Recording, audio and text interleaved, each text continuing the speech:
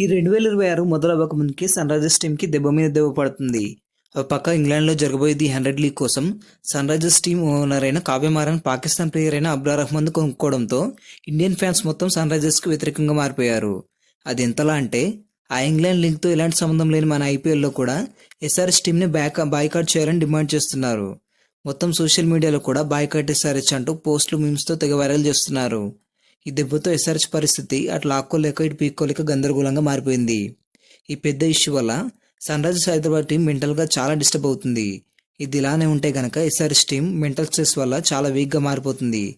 పైగా cricket fans అంతా ఎస్ఆర్హెచ్కి వ్యతిరేకంగా ఉండడం వల్ల మన హోమ్ గ్రౌండ్స్లో కాకుండా వేరే ఏ స్టేడియాలో మ్యాచ్ ఆడినా కూడా ఫ్యాన్స్ నుంచి సపోర్ట్ దొరకదు. పైగా ఎస్ఆర్హెచ్ టీంని డైరెక్ట్గానే తిట్టడం మొదలు పెడతారు. స్టేడియాల్లోనే ఎస్ఆర్హెచ్కి వ్యతిరేకంగా లైవ్లోనే ఎస్ఆర్హెచ్ ప్లేయర్స్ని టార్గెట్ చేయడం మొదలు పెడతారు. ఇది గనక జరిగితే మాత్రం మన ప్లేయర్స్ అందరూ కూడా గేమ్పై సరిగ్గా కాన్సన్ట్రేషన్ చేయలేకపోవచ్చు. ఇదే గనక నిజమైతే ఈసారి ఎస్ఆర్హెచ్ పతనం అవడం ఖాయం. కాబట్టి ఎస్ఆర్హెచ్ తొందరగా అబ్రార్ అహ్మద్ విషయంలో ఏదైనా నిర్ణయం తీసుకుంటే బాగుంటుంది.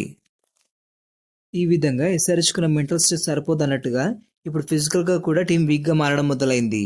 ఎస్ఆర్హెచ్లో బ్యాటింగ్ అంతులేనంత ఉన్నా కూడా బౌలింగ్ మాత్రం అంతంత మాత్రంగానే ఉంది. పైగా ఇందులో మంచిగా బౌలింగ్ చేసే ప్లేయర్స్ చాలా తక్కువ. అందులో కూడా ఇద్దరు మెయిన్ బౌలర్స్ ఇప్పుడు ఎస్ఆర్హెచ్కు దూరం కాబోతున్నారు. ఇద్దరు ప్లేయర్స్ వెళ్ళిపోవడం వల్ల ఎస్ఆర్హెచ్ బౌలింగ్లో చాలా అంటే చాలా వీక్గా మారిపోతుంది. ఇందులో ఒక ప్లేయర్స్ ఈ సీజన్ ఆడడం కష్టమని మొదటి నుంచి రూమర్స్ వచ్చాయి. అతని ప్యాట్ కమిన్స్. అతను చాలా రోజులుగా మోకాలు గాయం కారణంగా క్రికెట్కు దూరంగా ఉన్నాడు. ఆ గాయం కారణంగా అతను ఏకంగా వరల్డ్ కప్ కూడా ఆడలేకపోయాడు. ఇక వరల్డ్ కప్ని మిస్ చేసుకున్నాడంటే అతని ఇంజురీ ఏ లెవెల్లో ఉందో అర్థం చేసుకోవచ్చు.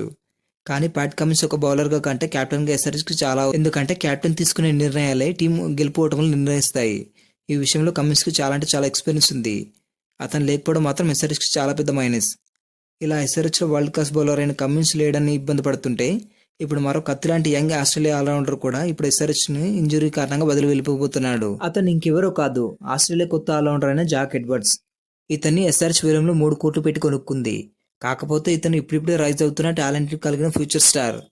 మరి కొత్త ప్లేయర్ వెళ్ళిపోవడం వల్ల ఎస్ఆర్హెచ్కి ఏదైనా నష్టం ఉందా అంటే ఉంది. ఎందుకంటే ఇప్పుడు అతని ఫామ్ మామూలుగా లేదు. అటు బ్యాటింగ్లోను ఇటు బౌలింగ్లోనూ అరాచకం సృష్టిస్తున్నాడు.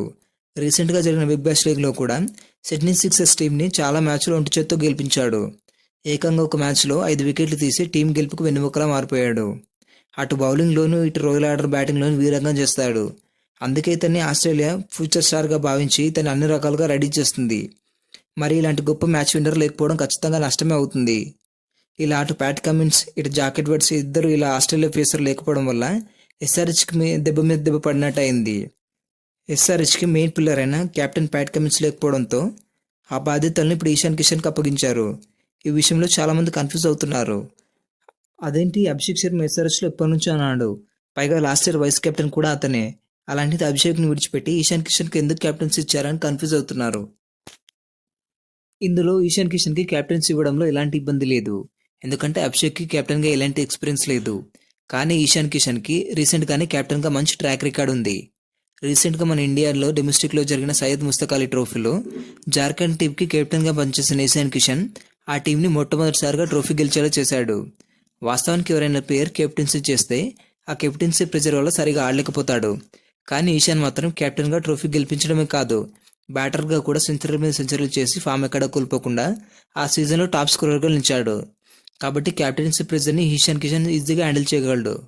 ఇక ఇందులో కమిన్స్ ఎడ్వర్డ్ మిస్ అవడంతో ప్లేయింగ్ లెవెన్లో మార్పులు అయితే జరగబోతున్నాయి.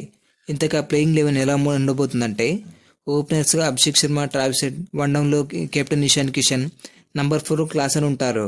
ఇందులో కమిన్స్ లేకపోవడంతో నంబర్ 5లో లియామ్ లివింగ్స్టోన్కి ఛాన్స్ రాబోతుంది. ఇక నంబర్ 6లో అనికేత్ వర్మ ఉంటాడు. ఇందులో ఒకరు 4వ ఫారెన్ ప్లేయర్ కావాలి కాబట్టి జాక్ ఎడ్వర్డ్ ప్లేస్లో బ్రైడన్ కాస్ ఉంటాడు. ఇక నంబర్ 9లో హర్షల్ పటేల్, నంబర్ 10లో ఉనాద్కట్ లేదా ప్రబల్ హింగే ఉంటారు. ఇక లాస్ట్లో ఒక స్పిన్నర్ కావాలి కాబట్టి జీసన్ అన్సారీ లేదా శివం కుమార్లు ఆడతారు. ఇందులో ఇక ఎంపైర్ ప్లేయర్గా సలీల్ అరోరా అయితే ఉండబోతున్నాడు. మరి ప్లేయింగ్ లెవెన్ మీకు నచ్చిందా లేదా కమెంట్ చేయండి.